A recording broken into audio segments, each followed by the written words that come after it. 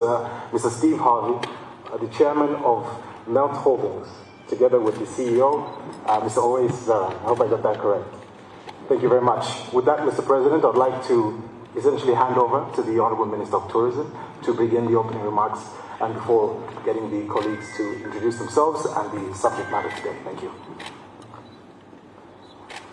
Thank you very much, Tito. Mr. President, good afternoon. Mr. President, as you have already heard, we have Mr. Steve Harvey from Melt Holdings. We're delighted to have you in our country. Thank you very much. Mr. President, first of all, I'd like to thank you most sincerely for having accepted this invitation to meet Mr. Harvey at very short notice. It just shows the premium that you place on the tourism sector, as it were, as an economic sector. And we know for a fact that with the likes of Mr. Harvey with us here today, we should be able to now work towards what we're trying to achieve within our country. Mr. President, just for the purpose of Mr. Harvey and yourself indeed, we have close to 1 billion viewers right now in Zambia, and we want Zambia to be top of mind as a preferred destination in our country, in the globe, in terms of tourism, and also our resolve as a country to ensuring that we work with celebrities such as yourself. Mr. President, I do... Yeah, can you kindly turn off the phone? So, Mr. President, I am joined by my permanent secretary here, Mr. Evans Muhanga, my CEO for Zambia Tourism Agency, Mr. Matamanji, my director tourism, Dr. Chulupia, my sister there from Ministry of Youth, Sports and Arts, the director Arts, and 2 other officials from the ministry, as it were. So, Mr. President, before I go any further, I would like to just ask Mr. Harvey to now go through the presentation of what we have. Yeah, first of all, His Excellency, thank you for having us. And, like he said, receiving us on such short notice. We've been in Africa for a couple of days now. I've been on this continent for over 18 years doing things. I've spoken in front of a lot of people in my life, but never in front of these many high-back chairs with people that look nervous. So thank you for that. Listen, I think on a personal note, I think it's important to understand why I'm here. I have a strong desire to bridge the gap between America, African Americans, the UAE, and Africa. I say the UAE because I have a very special relationship with the president there. And I know he has a love for this continent, and he has a desire to help in a lot of ways. President Sheikh Mbizi Mohammed. And so, look, you know, the thing I've learned in the business I'm in, I've been in television, I've been in business for 40 years, I've been on TV for 30 years. And show business is 2 words. The most money made in show business is the business side of it. What we are never taught as African Americans, as Africans, as black, is the business side. We constantly make our money on appearances. But as much money as NBC, ABC, or CBS pays me, they're not paying me more money than they make. And so I got clear about that. And so what I discovered when I started coming to Africa, the biggest asset you have is the people. And you have so many talented young people here that it dwarfs my imagination.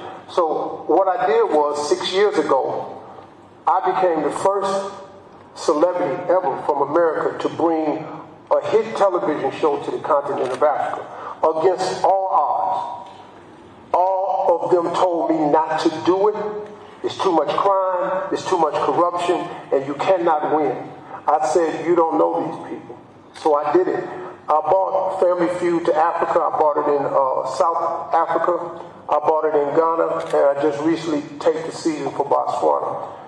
Those shows were #1 on the continent, #1 in their country. So I proved them wrong. It became profitable also. And so I had already set the benchmark to make a change. But as I came here, and I discovered how many young people you have, and so much of this continent is the youth, I said, man, we got to create opportunity for these young people. And so what I decided to do, my first program here was called Ignite.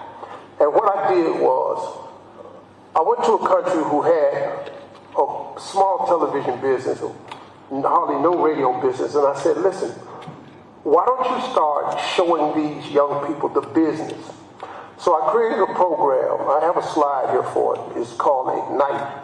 I created a program to teach young people the business. Like if you really want to make money in television, everybody can't be in front of the camera. I don't know if you know this, but the highest paid people in the industry are lighting people. They make more money than the director. If you can light a set, you can get rich. The lighting director makes the money. But there's other jobs, very simple jobs that people can get trained for. There's a job in Hollywood called a grip. His only job is to pick up cables that's connected to the camera. Now you think to yourself, okay, what does that do? Well, listen to me. If a camera's moving and it runs over a cable, you jar the shot. The shot's no good. So there are people that they pay a lot of money to read the script and know when the camera's moving left and right, and you just hold the cable. That's a paid position. Set designers are paid positions. Lighting guys, sound techs are paid positions. Grips, handlers are paid positions. All of these are paying jobs. So what I did was I created an academy to get young people certified with these different jobs in television and film. So those were the first things. I don't know, can we move the slide, please? Somebody. Next. Next. Next. We don't need to go over who I am if I'm famous. They just skipped out. Listen. If I may, Mr. Harvey, just a quick moment. Really just from an introductory perspective, I think we've covered a bit and we'll definitely dive into the slides. I wanted to perhaps allow for the President to provide some opening remarks because we'll get the, yeah, sure. Because there's some aspects the media would have to excuse the meeting. That's it. Yeah? Okay. Well,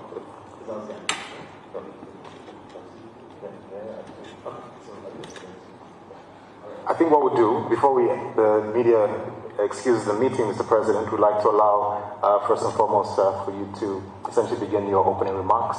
And then at that point, we'll certainly request the media to excuse the meeting before diving into the details of the slides. Okay, thank you, Mr. Yes, sir. Okay. Thank you very much. I think my duty first is to acknowledge Mr. Harvey and your colleague, and also the minister and the team members that are here in this room today, and other colleagues, the media, of course. We want to welcome you here, warmly welcome you here to State House, to Lusaka, to Zambia. This is your country. This is our country. I'm very delighted that you're just coming from our brother's country, President Paul Kagame, who really is doing great things for his country, for his people, and for our continent, and that you do, let me say, live in the UAE somewhat, if I'm right. We're also delighted to know that because we've opened up a relationship with the UAE leadership, the ruler himself and his team. We've done a transaction with them, which is going well, a mine transaction, and we're looking forward to do more things. We also like what you've done for yourself, your family, for your business, Melt Holdings, and indeed what you are just beginning to talk about in terms of looking at the profile of the industry, where Africa sits, and how you can help to get Africa take its place in this industry, based on what you've done yourself, what you've seen over years, the gaps that were there, bringing family feud to Africa, like you said, was an issue. Others believed it was not workable, but you made it work. We like that entrepreneurship, that courage, that vision. So Zambia is available. Zambia is ready to be part of this dream, this opportunity. Welcome here once more. Thank you very much. Thank you. Thank you, Mr. President. And with that, Mr. President, before we dive into the program, I think we'll kindly ask